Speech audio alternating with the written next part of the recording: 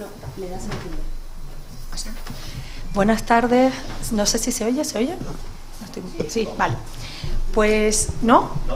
Ah, ¿no? No se oye. No se oye. ¿Sí? ¿No? ¿Estás segura de que esto es...? Sí, mira. ¿Sí? Ah, bueno, más cerca. Vale. Vale. Bueno, buenas tardes. Efectivamente, Iberoamericana Fairfuer cumple 50 años y el propósito para celebrar, la mejor manera que se le ocurrió a mis jefas fue organizar una serie de mesas redondas a lo largo del año. Queríamos celebrar haciendo lo que mejor hacemos, que es colaborar con la cultura y con el intercambio cultural. Y hemos celebrado pues un montón de eventos a lo largo del año, de mesas redondas y de coloquios, empezando en la Casa de América, que hicimos uno sobre la vigencia de lo fantástico en las narrativas hispanoamericanas, con Juan Casamayor, con Valeria Correa, con David Roas. En el Ateneo de Madrid hicimos el legado de Santa Teresa de Jesús en el pensamiento y la literatura contemporánea, con Esther Borrego, Carlos Mata y Juan Manuel de Prada. También en la Biblioteca Histórica Marqués de Vadillo hicimos la biopolítica en el proyecto colonial, con Carlos Jáuregui, Santa Arias y Valeria Añón. En el marco de la Feria del Libro organizamos también uno sobre la ciencia ficción Imagina el colapso ecológico, con los escritores Edmundo Paz Soldán y Munir Hachemi. En octubre, en el Instituto Cervantes, hicimos otra sobre editoriales y bibliotecas, condicionamientos políticos y económicos, con Manuel Hostos, Ana Gallego y Pura Fernández. También dedicamos una a la lingüística, queríamos que estuviera el catálogo de Iberoamericana representado en todas las mesas, sobre política y lenguaje, con José del Valle, Laura Camargo y Carla Moros Negre. Y esta mesa también tiene ese tono especial porque es la última. Queríamos que hubiera una de historia que representara bien nuestro catálogo, y creo que bueno, que precisamente las personas que están aquí representan muy bien casi una de nuestras líneas históricas, ¿no? Y bueno, pues aquí tenemos a los que han querido acompañarnos en esta última mesa por la celebración del 50 aniversario. Para nosotros es un honor y les agradecemos muchísimo que estén aquí. Yo los voy a presentar brevemente, pero creo que son tan conocidos que igual ni lo necesitan. Pero a mi derecha tengo a la profesora Paloma Díaz Mas, es investigadora del CSIC, ex catedrática de literatura en la Universidad del País Vasco y miembro de número en la Real Academia de la Lengua. Aquí no me apuntaron que es escritora, pero es escritora. Yo he leído novelas, pero es escritora, y ahí fuera está mi novela favorita, que es La Tierra Fértil. Ha investigado sobre literatura de transmisión oral y sobre cultura sefardí, y desde 2006 dirigió el proyecto de investigación Los sefardíes ante sí mismos y sus relaciones con España. Tiene una página web que se llama Sefardí Web, que les invito a que la miren porque es realmente interesante. Al final de la mesa tengo a Mohamed Saadán. No sé si lo he pronunciado bien, espero que parecido. Sí. Es doctor en Historia por la Universidad de Alcalá y profesor e investigador de Alcalá y de la Universidad Mohamed V de Rabat. Especialista en la presencia de minorías étnico-religiosas en Europa a lo largo de la historia y sus representaciones en la cultura occidental, con especial énfasis en los moriscos españoles. Su libro lo tienen en la mesa de fuera por si quieren curiosear. Y también en el centro de la mesa a una de nuestras recientes autoras también, María Carbajo Isla, Ina, para los amigos, tengo entendido, doctora en Historia por la Universidad Complutense, profesora emérita de la misma universidad. Recibió el premio Ortega y Gasset de investigación por su obra La población de la Milla de Madrid desde mediados del siglo XVI hasta el XIX. Lleva más de 2 décadas combinando fuentes archivísticas de muy distinta procedencia en el estudio de la microhistoria sobre vidas y haciendas de sujetos con oficios bajos o viles. Es académica correspondiente de la Real Academia de la Historia y autora de la monumental obra, y digo monumental porque me consta que la hemos traído hasta aquí, que la tenemos nosotros publicados, La esférica clase, los verdugos en la España del antiguo régimen. Y a mí espero que no me tengan que oír más hoy, y más que nada porque los interesantes son ellos. Les doy la palabra, no sé quién de los tres quiere empezar. Si quieren vamos por orden así, sí, vale. Y entonces empezarías tú, Paloma. Vale. Y muchísimas gracias de nuevo a los tres. Gracias. Bueno, muchísimas gracias a Iberoamericana Fairfuer por haber contado conmigo y con nosotros para esta mesa, y a Centro Sefarad Israel por su hospitalidad, que siempre está abierta a cualquier tema de estos de interés y que tenga que ver con de alguna manera con la cultura judía también. Bien, yo antes de nada quería hacer algunas reflexiones porque claro, el título de la mesa alude a una comunidad marginada o comunidades marginadas, ¿no? Entonces yo lo primero que me pregunto es si realmente podemos decir así que los judíos, por el hecho de ser judíos, son una comunidad marginada, porque no siempre. Es decir, que es cierto, si nos remontamos a la Edad Media, es cierto que en la península ibérica hubo reinos cristianos y reinos musulmanes, pero no hubo ningún reino judío. Pero, y en ese sentido se puede considerar que los judíos son una minoría sometida, pero no necesariamente marginada, porque una cosa es no tener las riendas del poder político y otra cosa es vivir en la marginalidad. Entonces, a lo largo de la Edad Media, pues no necesariamente los judíos constituyeron una minoría importante, tanto en los reinos, en Al-Ándalus como en los reinos cristianos, no necesariamente marginada, aunque sí con un papel de alguna manera subsidiario, desde el momento en que el poder o era de los reyes musulmanes o de los reyes cristianos, ¿no? Por ejemplo, bueno, hay una cierta, también quería tratar o tocar un poquito de pasada, estoy tocando temas quizá más bien para que si hay un coloquio, ¿no? La cuestión de una cierta mitificación de la tolerancia y de la vida idílica de los judíos en Al-Ándalus, en la España musulmana, ¿no?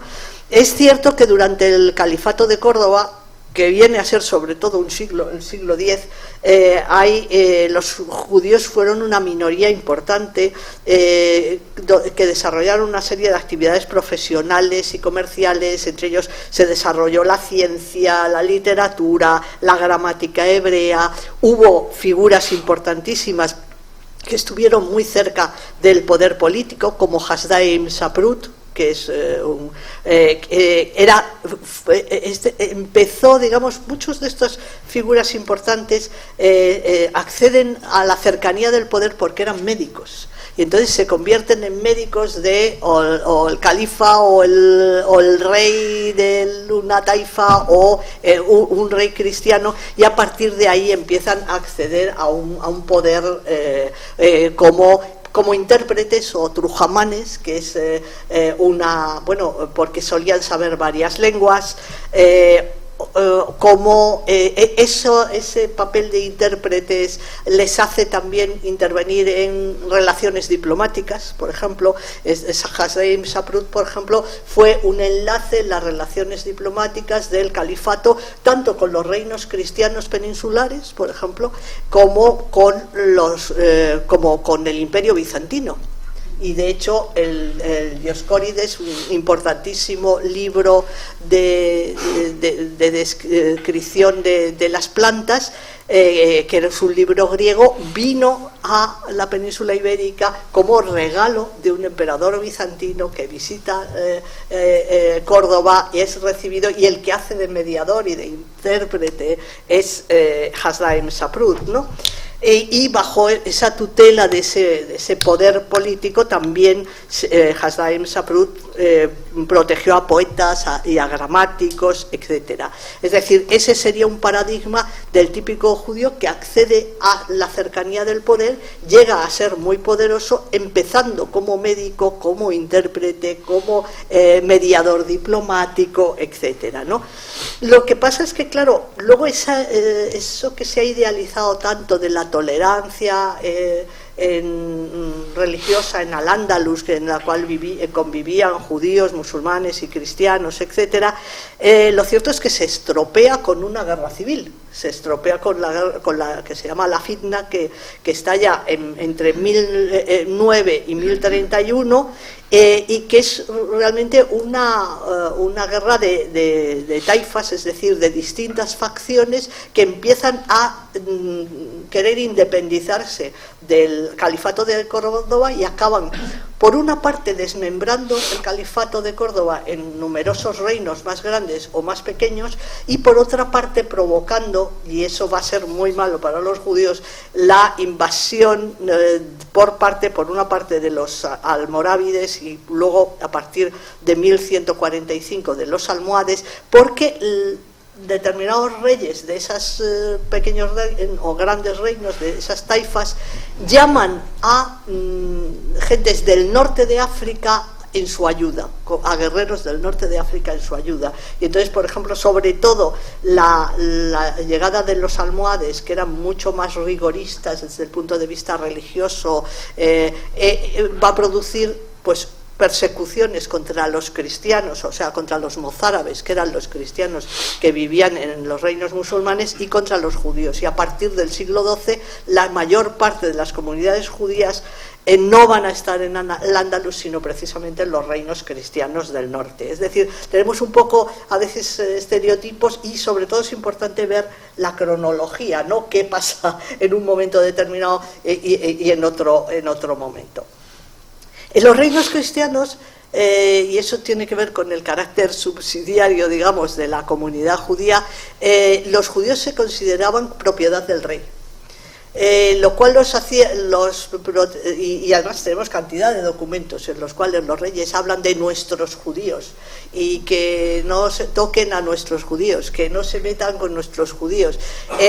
Claro, el ser propiedad del rey es una situación, por una parte, que otorga a las comunidades judías una protección real, pero también los hace vulnerables, porque muchas veces se ataca a las comunidades judías como forma de minar el poder real, es decir, tanto por parte de los nobles. La Edad Media está llena de luchas entre reyes y entre nobles, y de nobles contra los reyes, y de reyes contra los nobles, y de la Iglesia también, etcétera. Entonces hay veces, por ejemplo, que algunos de los ataques a judíos o asaltos a juderías, por ejemplo, se producen precisamente como una forma de atacar indirectamente al poder real, ¿no? Se ataca a los judíos que son propiedad del rey, ¿no? Lo mismo que en Al-Ándalus, algunos judíos, hubo una élite judía acomodada, que es compuesta por médicos que llegaron a veces a ser consejeros de los reyes, recaudadores de impuestos de los reyes o de los nobles, que también recaudaban sus impuestos, y hay también un cierto contraste entre esa élite judía y el conjunto de la comunidad judía. Es decir, no todos los judíos tenían ese estatus privilegiado, ¿no? Pero sí que es cierto que, por ejemplo, las aljamas, es decir, las comunidades judías, pudieron tener, tanto en Al-Ándalus como en los reinos cristianos, una organización bastante autónoma, con libertad para mantener su religión y sus instituciones, pagando un montón de impuestos, y con incluso una legislación propia para sus asuntos internos. Por ejemplo, en juicios entre judíos eran juzgados por tribunales rabínicos, no por tribunales civiles. Cuando entraba en juego un judío y un cristiano, ya entonces sí que eran los tribunales civiles. Y eso va evolucionando también con el tiempo, porque, por ejemplo, el siglo XIII es una época en la península de florecimiento económico en general, y eso favorece a la comunidad judía. Es un momento de expansión de las ciudades y de crecimiento de las ciudades, y se produce también una urbanización de las comunidades judías, que siempre habían sido bastante urbanas, pero había también judíos agricultores. Normalmente solo solemos ver la imagen del judío de las ciudades, ¿no? Pero también en el siglo XIII se va desarrollando cada vez más un discurso antijudío de tipo religioso, que es la idea que ya viene desde los orígenes del cristianismo, de que los judíos han dejado de ser el pueblo elegido porque no han reconocido que Jesucristo era el Mesías, y por tanto han perdido el favor divino por su ceguera, y entonces el nuevo pueblo elegido es el pueblo cristiano, ¿no? y además de ahí derivan pues acusaciones de deicidio, que si los judíos mataron a Jesucristo, y por extensión pues cosas como acusaciones de lo que se llama el libelo de la sangre, que es la acusación de que los judíos mataban cristianos o mataban niños cristianos para amasar con su sangre el pan ácimo de la Pascua, etcétera, ¿no? En ese discurso antijudío intervienen sobre todo dos cosas, tienen mucha importancia dos cosas: la fundación de las órdenes de franciscanos y dominicos, que son órdenes urbanas, digamos, y por otra parte la participación de conversos, algunos de los cuales habían sido rabinos convertidos al cristianismo, que desarrollan argumentos con la intención de convertir a sus correligionarios, pero desarrollan todo un argumentario antijudío, ¿no? La cosa se pone todavía peor en un periodo de crisis como es el siglo XIV, que está lleno de guerras por toda Europa, y en España, bueno, en la península ibérica concretamente es la guerra civil entre Pedro I y su hermano Enrique, que acaba con el asesinato del rey por su propio hermano y el cambio de dinastía, pero es también la época de la peste negra, de la cual se acusa en muchos sitios a los judíos, de crisis con la consecuente crisis económica, y entonces esa propaganda antijudía va creciendo y acaba provocando en 1391 una oleada de asaltos a juderías desde que empiezan en Sevilla por las predicaciones de Ferran Martínez, el arcediano de Écija, y entonces empiezan a extenderse por toda la península hacia el norte e incluso en Baleares, y eso produce no solo asaltos, matanzas, saqueos, sino también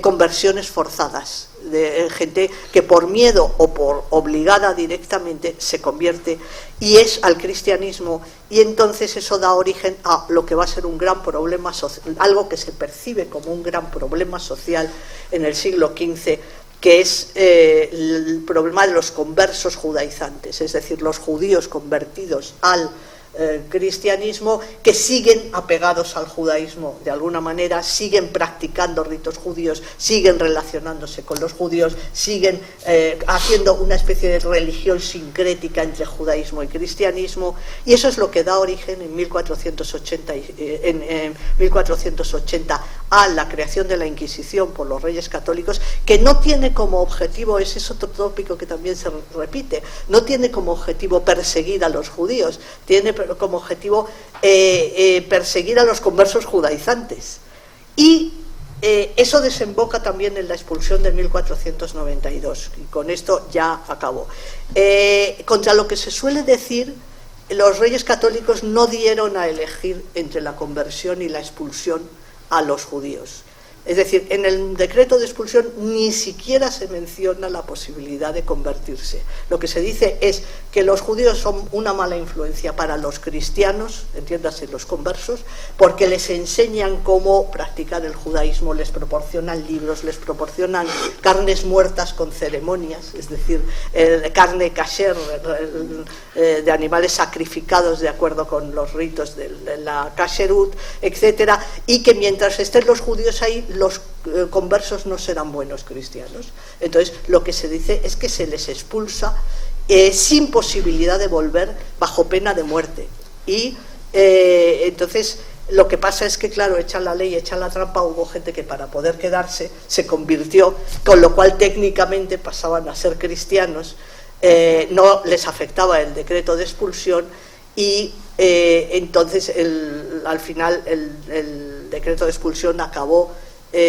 agravando el problema, entre comillas, que pretendía solventar, y a lo largo de todo el siglo XVI y XVII y todavía hasta el XVIII vamos a tener procesos inquisitoriales contra gente por judaizar, por seguir practicando el judaísmo. Y luego, por otra parte, claro, la otra faceta es que la expulsión de 1492 da origen a la diáspora sefardí y a todas esas comunidades de Italia, de Turquía, de los Balcanes, de los Países Bajos, del norte de África, que hasta casi la actualidad, o bueno, por lo menos hasta la Segunda Guerra Mundial, mantienen toda una tradición hispánica, incluida la lengua, una lengua derivada del castellano medieval.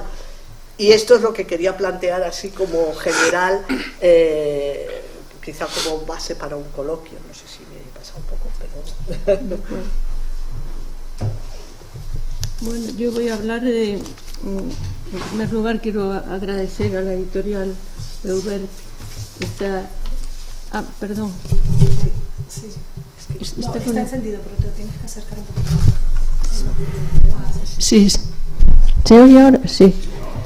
Quiero agradecer a la editorial la posibilidad de compartir esta mesa con mis compañeros y quiero también felicitar a la editorial por su cumpleaños y paso a comentar el contenido de mis palabras. El tema es bien distinto, tratar el papel de una minoría como la de los verdugos, realmente un grupo muy minoritario que no está vinculado a ninguna organización, a ningún grupo político, a ninguna creencia religiosa, y estamos en esta misma mesa compartiéndolo con minorías de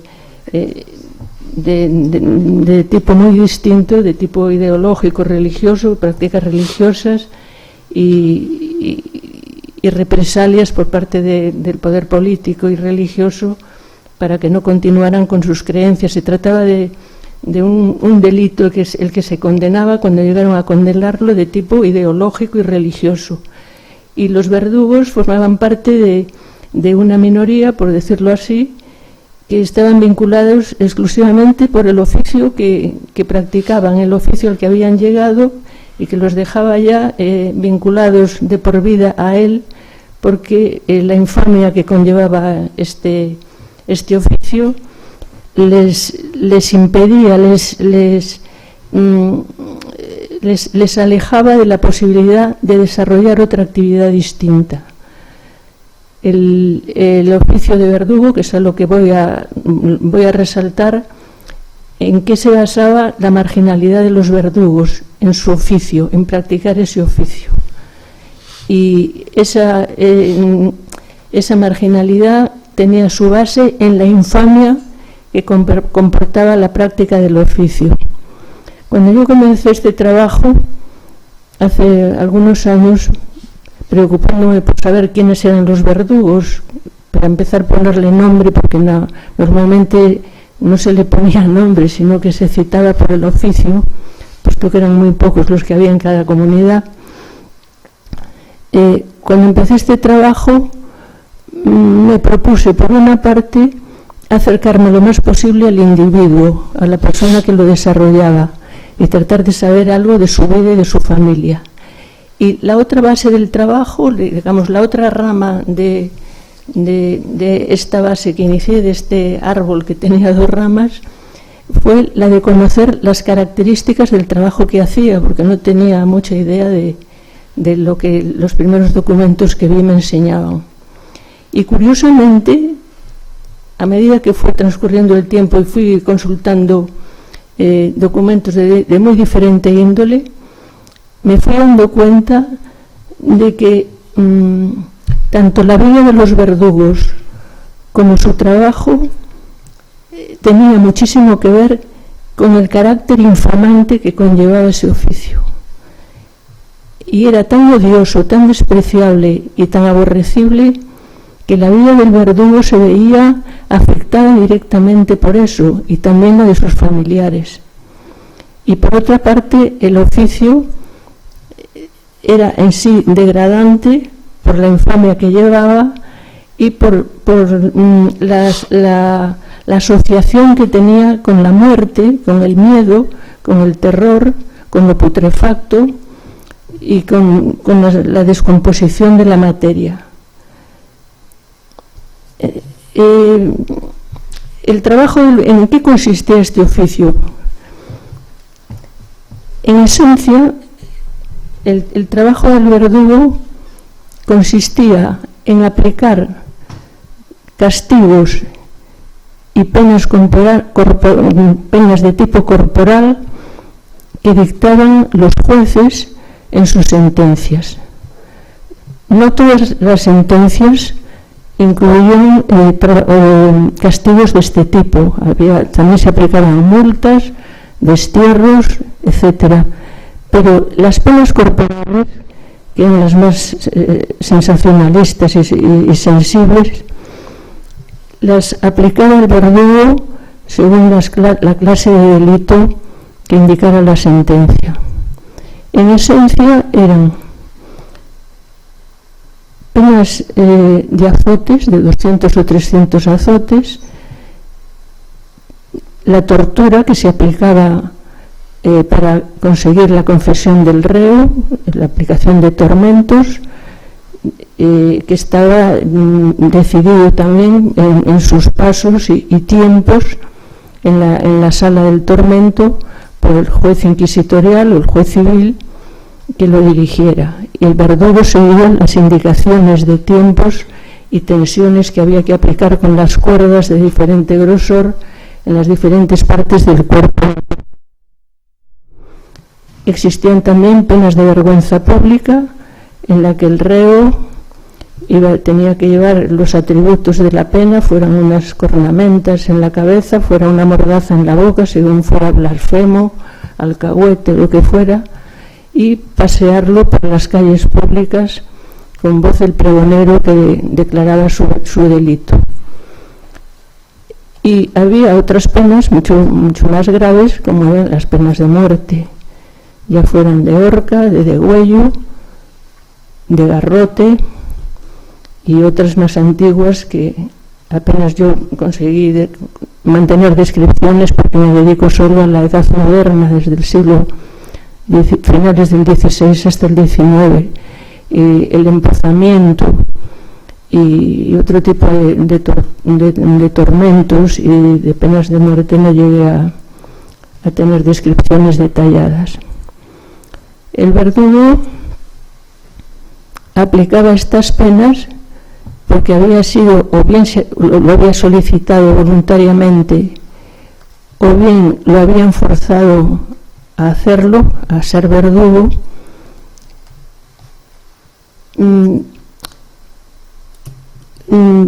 recibiendo antes un acuerdo o un nombramiento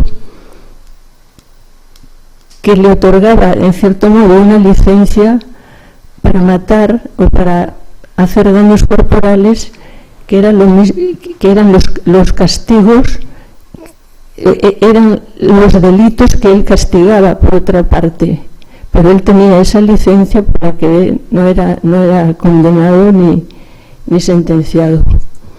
Curiosamente, este era el motivo por el que era tan aborrecido, porque daba muerte a cambio de dinero, porque él tenía un reconocimiento económico, daba muerte a sus semejantes y además percibía un lucro por ello.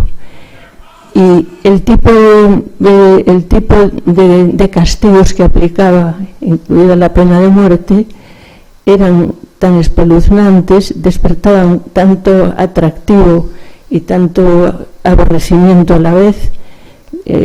Las comparecencias públicas eran masivas, que el verdugo despertaba un odio y una repulsa abrumadora.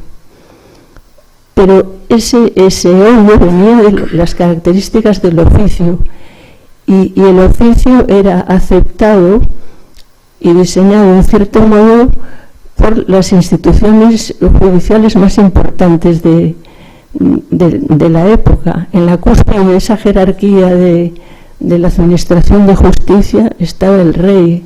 El rey tenía que dar licencia para que fueran aceptadas las sentencias de muerte.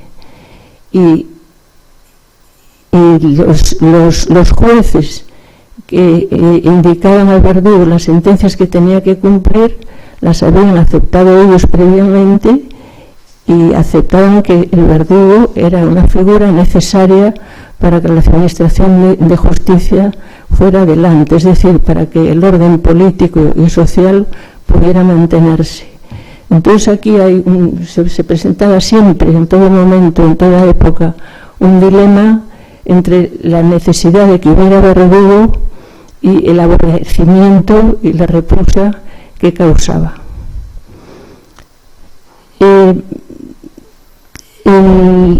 La infamia que comportaba el oficio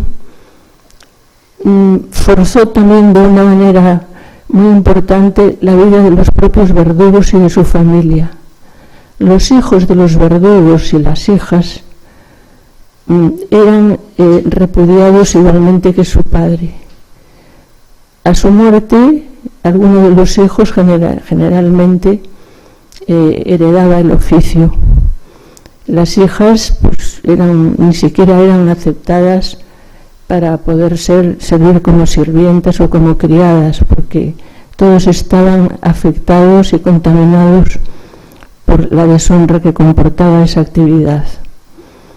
A diferencia de otras minorías que fueron condenadas en su momento por sus creencias, en muchos casos, el verdugo cumplía religiosamente con las normas de la época, bautizaba a sus hijos, se casaba por la iglesia, dictaba unos testamentos cuando lo hacía con ánimo de decir misas y salvar su alma, e incluso a veces pertenecía a alguna cofradía santificada, y sin embargo era repudiado continuamente en el medio en el que vivía.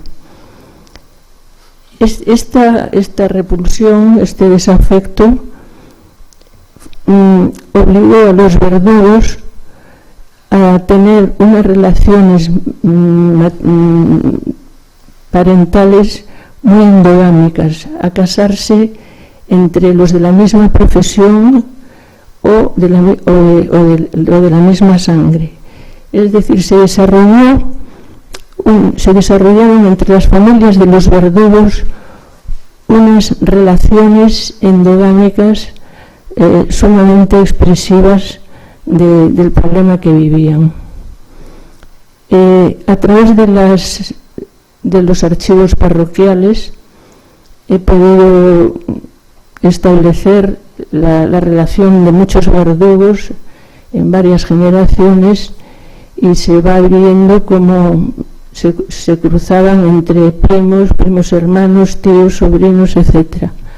Era muy común que al casarse el vicario apostólico les pidiera unos expedientes especiales para solicitar una bula papal que firmaba el Papa para consentir un matrimonio con esos grados de parentesco, de afinidad de segundo y de tercer grado. Y estas relaciones que se fueron sucediendo a lo largo del siglo XVIII, sobre todo desde el siglo XVII y a lo largo del siglo XVIII, quizá con más intensidad, explica que para entonces, en estas fechas a las que me refiero, unas 6 o 7 familias, 6 linajes de verdugos ocuparan las plazas más importantes del país. O sea, las ciudades que tenían audiencias, la sede de las chancillerías, tribunales superiores, sus plazas de verdugos y a veces de pregoneros, que también estaban muy asociados con los verdugos, eran a veces los hermanos o los hijos, estaban ocupadas por 6 familias, o sea, 6 linajes: los Carnero, los Brizuela, los Astre, los Zorro y los Pita, cada uno en su origen de procedencias muy diferentes, ocuparan estas plazas. Y esta característica, esta dependencia de la sangre y del oficio, esta endogamia, les forzó también a tener una vida que era poco estable. Tendían a ser muy itinerantes a lo largo de su vida, a hacer viajes de distancia muy considerable, desde Santiago de Compostela hasta Valencia, para localizar una plaza que les interesaba, que podía mejorar su situación. Y cuando cesaban ahí por alguna razón, pues irse a Cádiz, a Granada, en fin, las plazas que eran más apetecidas para ellos. Esto fue coincidiendo con una mejora en su situación, con salarios algo más regulares y más estables, y una posibilidad de un mayor desahogo económico. Por otra parte, entre las obligaciones a que les forzaban la organización municipal de la que dependían más directamente, se les fueron incorporando tareas distintas desde un principio a las que eran propiamente de verdugos. Limpiar las plazas de saneamiento, de pregoneros a veces, cuando eran plazas de mediana categoría, y entonces el mismo papel del pregonero lo desarrollaba el verdugo. Pero luego también los ayuntamientos les forzaban a realizar tareas bastante más ajenas a su actividad, como era encargarles de recoger todos los perros, gatos y animales muertos, o en momentos de peste de gran pavor y desorganización social en la ciudad, hacer que pudieran servir de enterradores.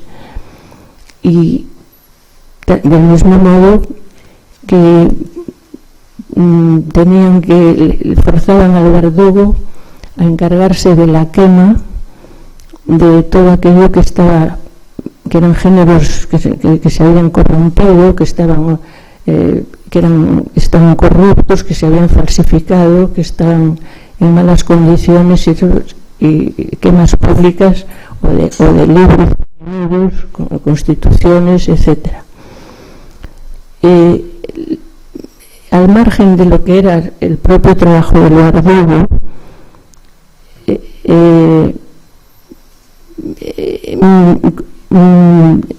desarrolló en algunos casos, que se ve por los documentos de procesos de Inquisición y demás, un papel de colaborador con gente que estaba perseguida por la Inquisición, por brujos, por hechiceros, que necesitaban la colaboración del verdugo para llevar a cabo trabajos de magia amorosa, de ayudar a personas que querían ganar en el juego, y entonces le pedían al verdugo elementos y procedimientos de conseguir dientes o dedos o pelos o cuerda de ahorcados que brujas y hechiceros los utilizaban para los fines que eran requeridos. Y el verdugo colaboraba en eso, al margen de lo que era su profesión. En cierto modo, aquí estaba los testigos lo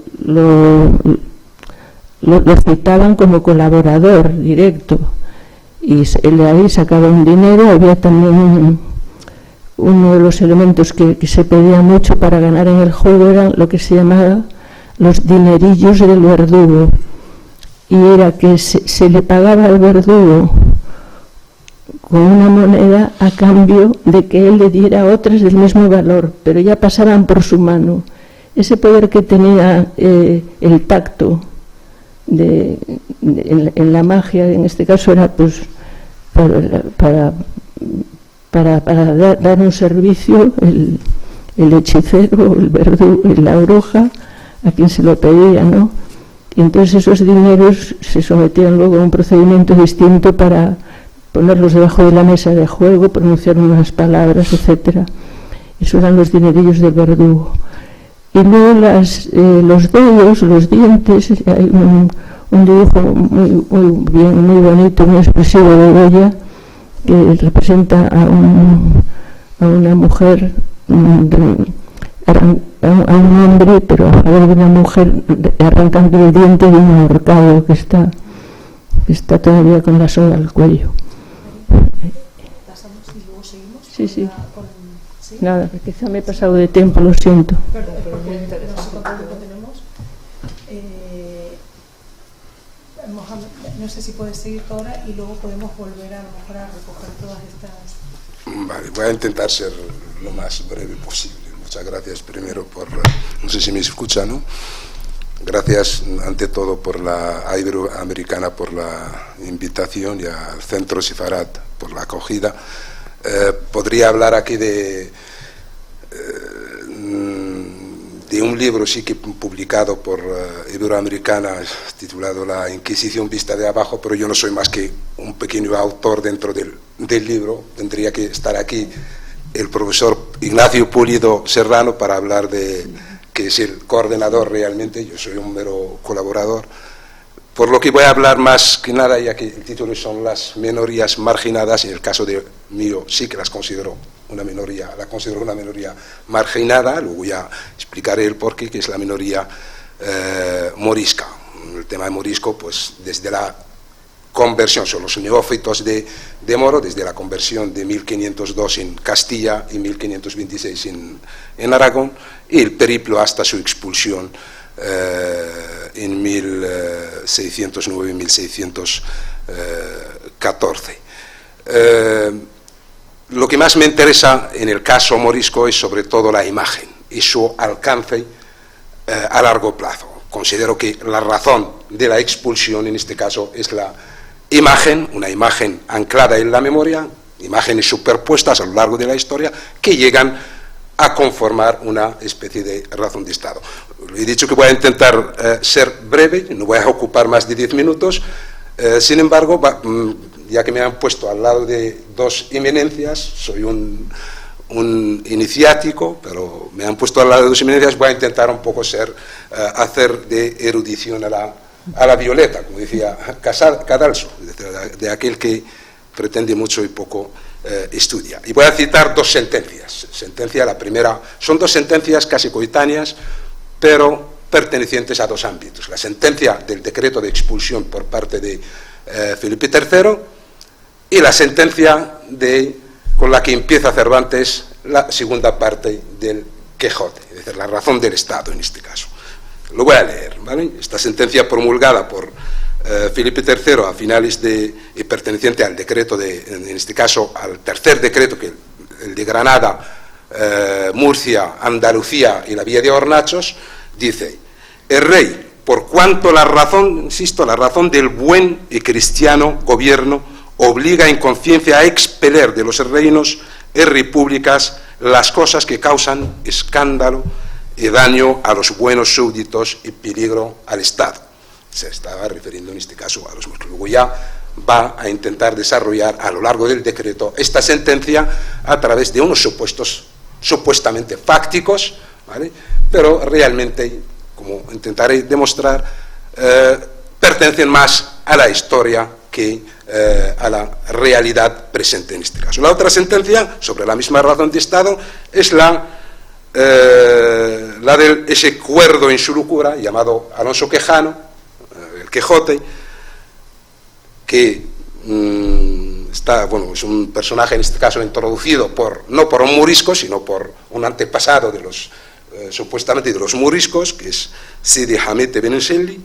No creo que Cervantes introduzca el narrador en este caso de manera arbitraria. Hasta el término Sidi, pues ya le está a Sidi Hamid de Benengeli, el término Sidi, que muchos aquí sabrán lo que significa, es decir, don Hamid de Benengeli. Con ello está intentando cubrir con una aura de sabiduría a este loco en su cordura llamado Alonso Quijano. Alonso Quijano, o el Quijote, al principio de la segunda parte, intenta criticar la razón de Estado imperante en aquel momento. Y dice, esto viene en boca de del cura, el médico, que después de un mes, casi más de un mes, sin verle, se encuentran con él y dicen que en el discurso de su plática vinieron a tratar en esto que llaman razón de Estado y modos de gobierno, enmendando este abuso, condenando aquel, reformando una costumbre y desterrando otra, hasta la terminología utilizada, hasta los conceptos, los que estamos familiarizados un poco con la literatura, intentamos interpretar o cavilar sobre la utilización de los conceptos por parte del Quijote. Es una interpretación, en este caso sé que es una interpretación que pueda ser también interpretada como carente de fundamentos historiográficos, pero es la que se puede hacer a la hora de hablar de la cordura del loco, en este caso que es Alonso Quijano, un Alonso Quijano que se aleja de la razón del Estado y busca la justicia, pero no en la justicia temporal, sino en la justicia atemporal en este caso, ¿vale? La justicia de la locura. La razón de Estado esgrimida por Felipe III carecía de esta justicia temporal y se fija en una justicia temporal, que son las imágenes que se vienen desplegando a lo largo del siglo XVI sobre esa minoría y sobre todo a partir de la guerra de las Alpujarras, ¿vale? A partir de la incluso Felipe III en su decreto se refiere directamente, en primer lugar, a las matanzas, la terminología, los términos son otros, pero a los crímenes, en este caso, llevados a cabo por parte de los moriscos del 68 hacía más de 40 años, en este caso. Es decir, la razón de Estado se basa en hechos anteriores, por lo que no es una razón propiamente de Estado en la expulsión, sino que se trata de una razón basada en la memoria, en las imágenes superpuestas a lo largo del tiempo que venían, incluso utiliza directamente, es decir, sale de este debate sobre la razón de Estado, entre el debate de la época, entre los tacitistas y los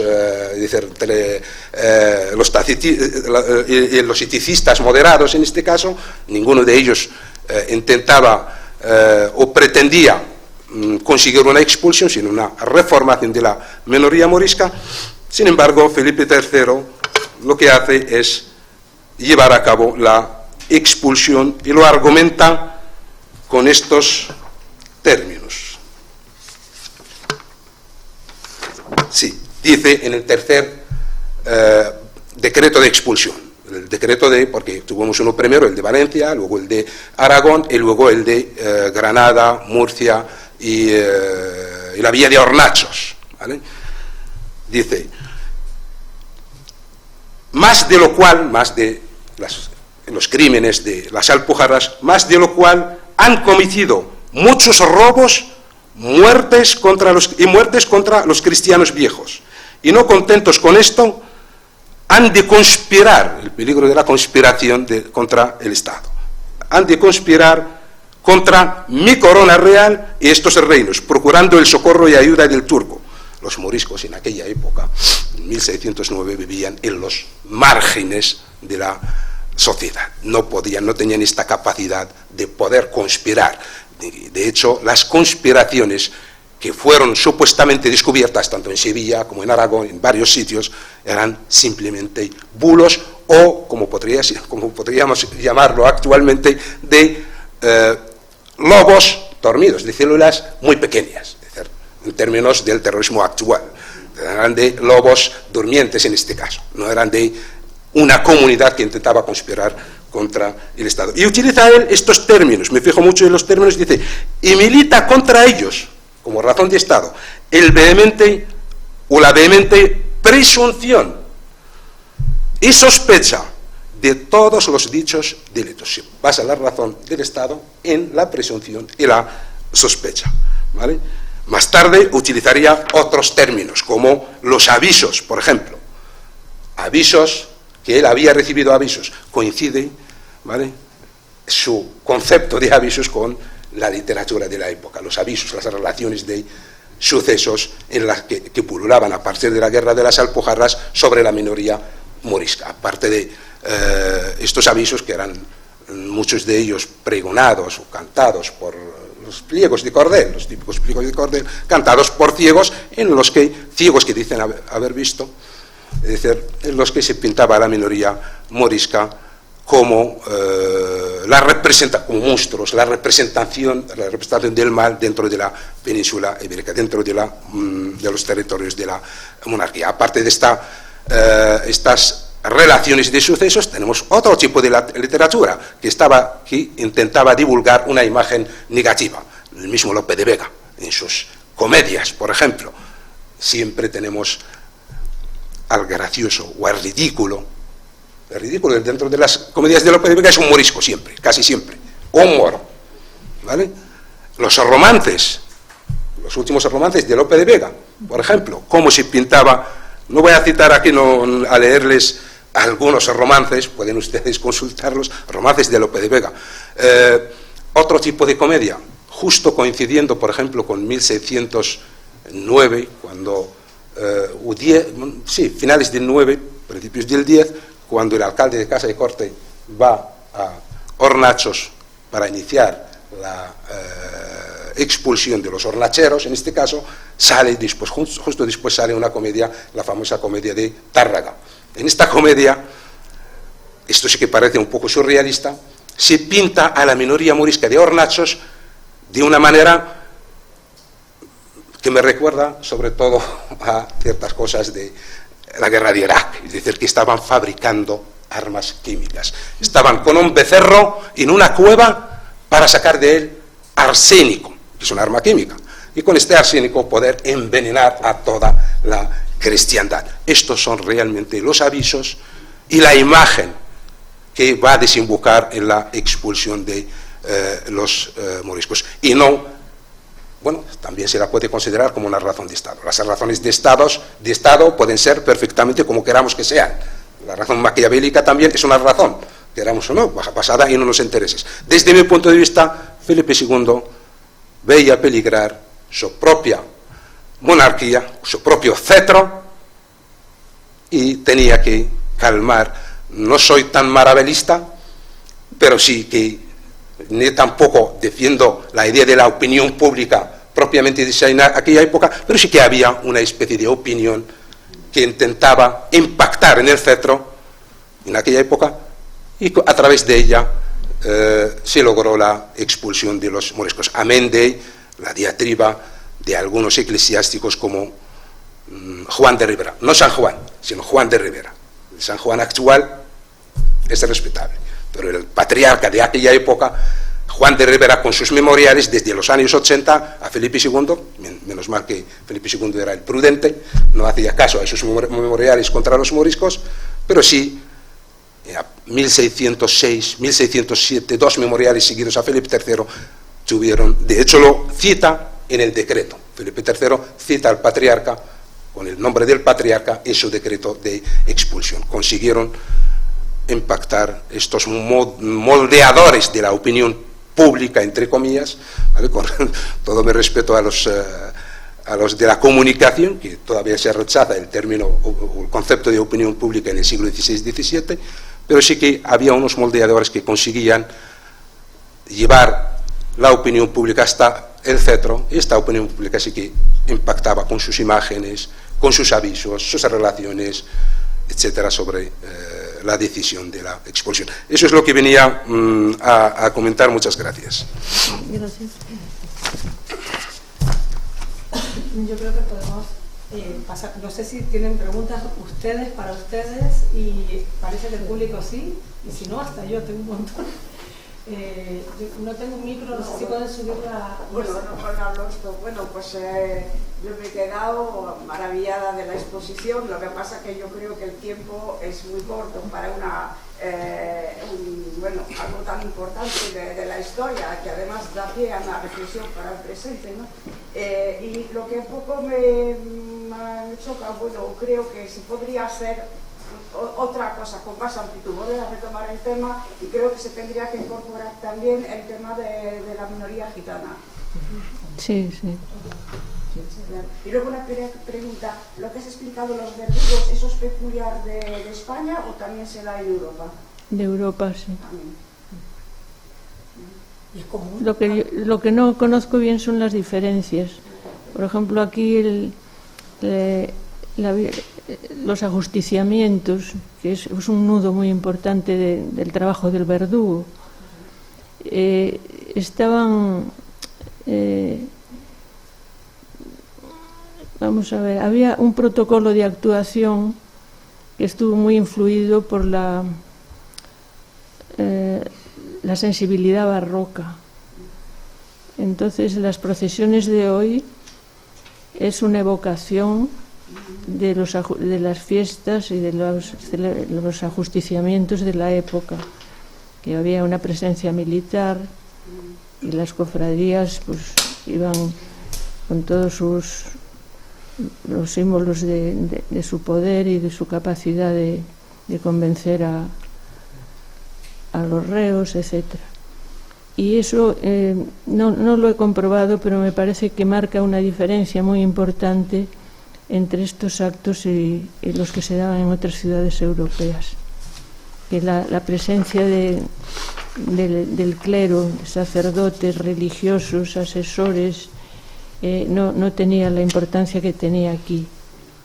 Y aquí los capellanes estaban pegados a la cara del ajusticiado hasta el momento en que el verdugo en la horca los despedía al aire para que volaran como un badajo y luego colgarse de ellos para hacer presión y acelerar la muerte.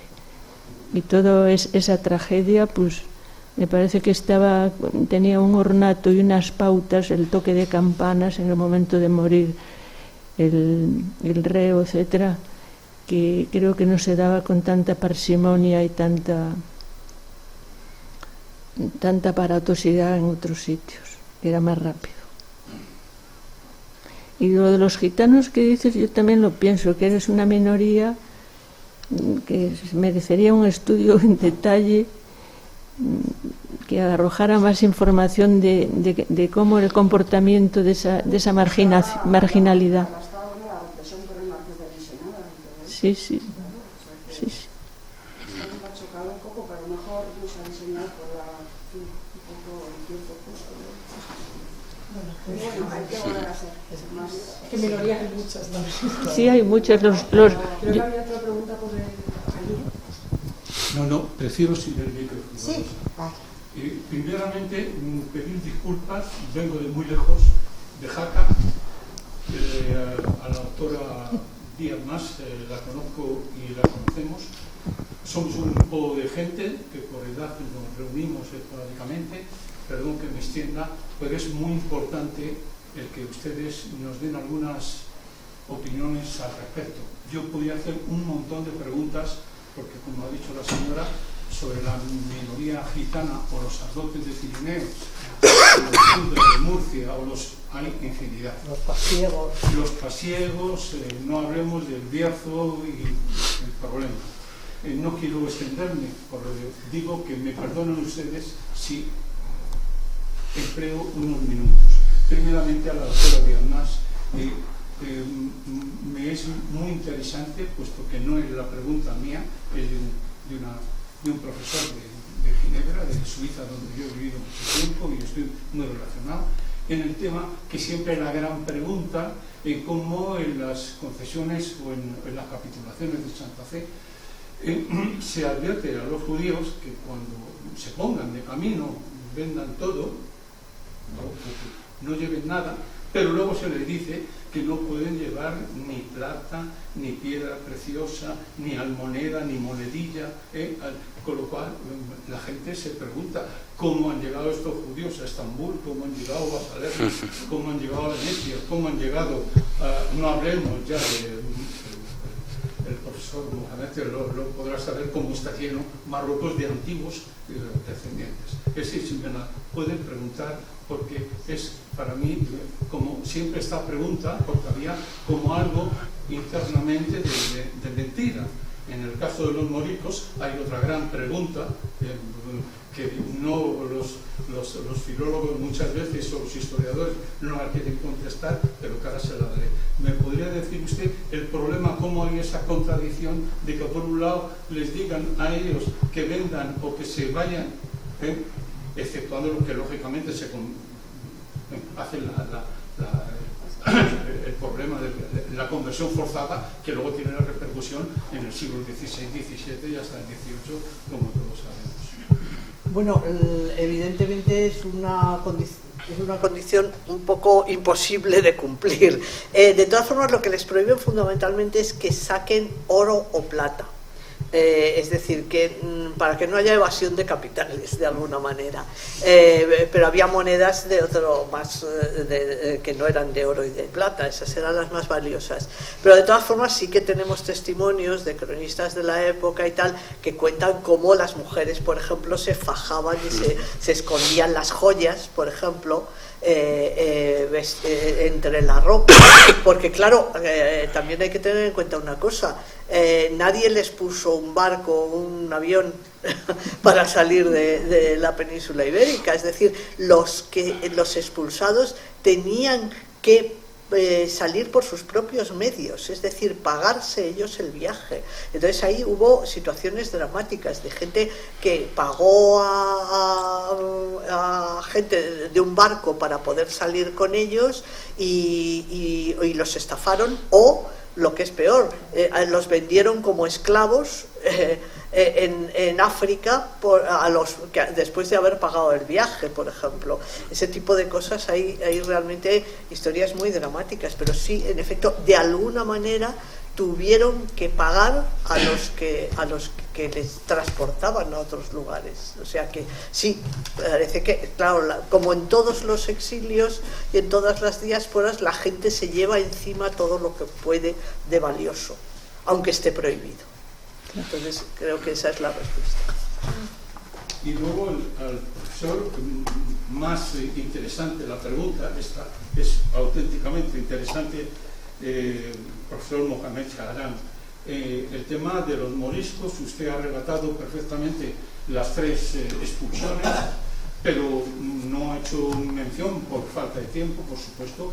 Hubo una guerra auténticamente en la parte de las Alpujarras, en que hay una parte de la minoría morisca que tiene que defenderse con todos los derechos, porque no se atiene a una de las capitulaciones importantísimas que hay en Santa Fe, y esto es lo que me ha preguntado un historiador, cómo la reina, con un interés muy grande, pone esas capitulaciones, que se respetará la religión del morisco, dejándole que entre en sus templos para practicar, cuando luego es uno de los motivos más importantes en el cual la literatura española está llena haciendo alusión a que no practica la religión. Hay lo que él dice cuevas de lobos, o en algunos lados dice cuevas de zorros ocultos que están haciendo la maldad. Y luego mi sorpresa, que esa sí que es otra grande, esa es mía personalmente, cómo es que en el acervo de la literatura nuestra, de los que hablamos español, ya no hablo del tema del romance, no, de los que hablamos español, se me hace pregunta, y sobre todo por parte de la universidad, cómo es que ha desaparecido, mientras que en la literatura nuestra, por parte de los judíos conversos, o los judíos, podemos nombrar infinidad de literatos en los cuales queda fe, es verdad, que en castellano, pero en el tema de los moriscos queda muy poca literatura escrita, o que sepamos dentro, que no se estudia en las universidades españolas y en otras universidades, de la cantidad de moriscos y el tiempo que permiten y los conversos que aquí se quedan. A mí un profesor de la Universidad de Lausanne me dijo, ¿cómo usted, que es tan exagerado, qué modos quedan de la literatura castellana? Y le dije, cómprese una edición de la última de la Real Academia Española y se entenderá más de 1.500 o 2.000 palabras. No hablemos de doña María Moliner, que la cual quiere decirse empezando. Eso no me lo creo, me puedo hacer algunas. Y dije, no, le puedo decir 150. Empiezo por Almohada, Alcuana, Alcarria, Alcantarilla, Aletán, Alsoflula. ¿Quiere usted que continúe? Y sorprendido de sorprendido cómo es que, quedando esa riqueza en la literatura castellana, luego aquí no queda literatura. En Marruecos sí, en Argelia también y en Túnez también, pero no queda prácticamente aquí ninguna. ¿Me podía usted explicar ese fenómeno? ¿Por qué perdura no perdura la literatura árabe tan riquísima, con la cultura que queda tanto de moriscos y de judíos? ¿Me lo podía rápidamente. Bueno, yo voy a empezar por lo primero, que son las capitulaciones.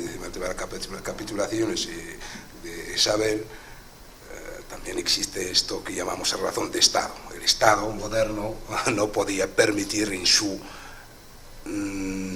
corazón una comunidad musulmana, ¿vale? Por este peligro del Estado. ¿Vale? Sí que hubo una promesa al principio, y la razón de Estado exige que se rompa esta promesa. Es algo lógico también. Desde la perspectiva histórica, para nosotros a lo mejor no, pero sí desde la perspectiva histórica es que no podía, cuando se buscaba la unificación, sobre todo una unificación religiosa, dentro del corazón de la península, en este caso Granada, el reino de Granada, que no era Granada, era toda Andalucía casi, permitir un Estado musulmán, los musulmanes sí podían permanecer en su fe, pero algún día, tranquilos en su fe, podrían formar o reformar o reconquistar un nuevo Estado. Estamos hablando de una época muy complicada, que no se puede juzgar con los criterios que tenemos actualmente. La guerra de las Alpujarras no es por la ruptura de la promesa en sí. La guerra de las Alpujarras tenemos que entender que desde la conversión forzosa, que ya había empezado en el 99 con Cisneros, bueno, los bautizos de los Elches, etc., desde entonces, por las dos partes, por la parte cristiana, por la parte del poder, y por parte de estos neófitos procedentes del antiguo moro, había problemas. Ni la parte cristiana tenía un interés, o al menos un programa de evangelización. No se puede convertir a alguien así, porque sí, tiene que haber un programa de evangelización, ¿vale?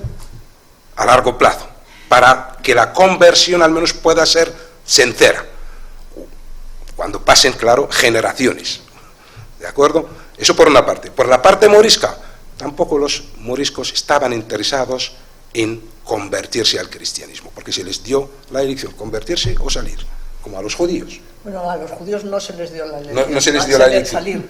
Exactamente. Lo que se pasa les es que dio... algunos se convirtieron para quedarse, pero eso era un truquito. Claro, ¿qué es lo que va a pasar en la guerra de las Alpujarras? Es que, debido a esta falta de voluntad por las dos partes, los moriscos estaban comprando continuamente la postergación, porque la conversión, ¿qué significa? No es solamente la conversión en la fe, también en las costumbres aparentes, la vestimenta, los actos rituales, etcétera, como no degollar al cordero o las reses en general, no, son muchos. Es la pragmática en 1567 llega la pragmática, llega Felipe II, el rey prudente, y dice, porque lo que hacían los moriscos antes, incluso con Carlos V, compraban la postergación, ¿vale? Carlos V necesitaba el dinero, ellos compraban la postergación de la aplicación de estas cédulas. Llega Felipe II y dice, su frase, la frase famosa, sí, que se le atribuye, es menos farda, menos dinero y más fe. Y promulga la pragmática sanción de 1567, finales, de que todos los elementos, ya no solamente la fe, todos los elementos procedentes de la costumbre islámica, ¿vale?, tienen que eliminarse ya, de golpe. Los moriscos, en este caso, hay un memorial del famoso Francisco Núñez Muley, que era un Francisco Núñez Muley, era paje de Talavera, de la aristocracia convertida desde el principio, sin fuerza. Se convirtieron porque quisieron para conservar sus privilegios. Entonces, Francisco Núñez Muley intenta argumentar que estas costumbres no tienen nada que ver con la religión islámica, que el árabe lo utilizaban los cristianos de Oriente. No. El Islam peninsular, o el Islam occidental, en este caso norteafricano, sacraliza la lengua árabe. Es un elemento religioso. Que la alcandora, es decir, una especie de chilaba que se ponía por entonces, no tenía que ver nada. Sí, la alcandora tenía que ver con la religión islámica. Que los hammam, los baños, no, sí que tenía que ver con la religión islámica. Es una ablución ritual dentro de los hammames. Lo que se hace dentro del hammam es un lavatorio ritual continuamente. Felipe II lo que quería es quitar esto. ¿Qué pasa con los moros? Pues los cabecillas, como Ibn Umayya, etcétera, el famoso Fernando de Valor y Córdoba, decía que venía de los califas de Córdoba, encabezó una revuelta primero en el Albaicín, ahí se juntaban, luego las Alpujarras, y se enfrentaron al poder. Eran cristianos, siento decirlo así, es decir, eran cristianos, súbditos de la monarquía. No era una minoría aparte, eran súbditos de la monarquía y se enfrentaron a la monarquía. Por supuesto que tenía que haber una intervención. Antes de la guerra propiamente dicha, una intervención militar, hubo mediaciones por el Marqués de Mondéjar y por varios personajes. No querían, entonces, bueno, hubo una intervención, en este caso militar.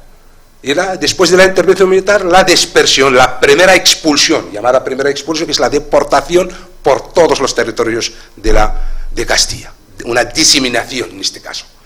Ruptura de los núcleos para evitar que vuelvan, simplemente para evitar que vuelvan a protagonizar otra, eso, en este caso sí, otra conspiración contra la monarquía. ¿Vale?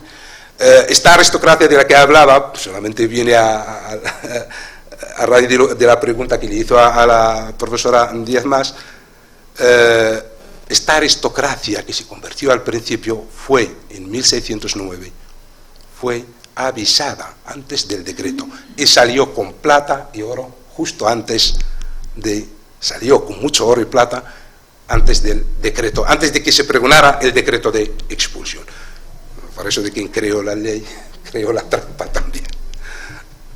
No sé si... sobre la literatura. La literatura andalusí, todavía hay un cúmulo de literatura andalusí, incluso traducida al castellano. U otra literatura árabe, el collar de la paloma de Ibn Hazm, el famoso collar de la paloma. O sea, los arabistas lo dominan más que yo, en este caso, la literatura. Los arabistas de aquí, de Madrid o de todas partes, hay un gran acervo literario andalusí que está traducido incluso al castellano. Literatura morisca, no podía haber una literatura morisca propiamente dicha, sí, una literatura aljamiata, lo que llaman la literatura aljamiata, pero no es literatura, existe, en la Biblioteca Nacional hay toda una colección de literatura aljamiata, pero no es propiamente literatura como la entendemos nosotros, ¿vale? Son recetas contra las almorranas, perdón, son aljirzes, los que llamamos aljirzes, es decir, como versículos del Corán, como amuletos, etcétera. Es una literatura también, pero en la época morisca producir una literatura, primero por las pragmáticas y las cédulas, no escribían en árabe, etcétera, etcétera. Hay otra literatura que sí que existe, que es la literatura antimorisca escrita por castellanos, ¿vale? Sobre todo a partir de la década de los 80. Me parece que se nos acabó completamente el tiempo, lo siento muchísimo. No, nada que ver, todo lo contrario, yo me quedaba aquí hasta las 9 escuchándoles, pero pues tenemos el tiempo que tenemos en la mesa. Yo aprovecho para darles las gracias, creo que si salimos seguimos todos escuchándoles. Qué entretenido, muchas gracias. Creo que además en común en la mesa hay un tema sobre las minorías y que a mí me hubiera gustado tener una hora más para explorar cómo todo eso ha llegado al presente. Y por otro lado, y al margen de la mesa, quería, de parte de la editorial de Iberoamericana, dar las gracias a la Casa Sefarad, a Ana Pellicer por la disponibilidad y ojalá sea la primera de muchas otras colaboraciones. Y a todos ustedes muchas gracias por venir a escuchar.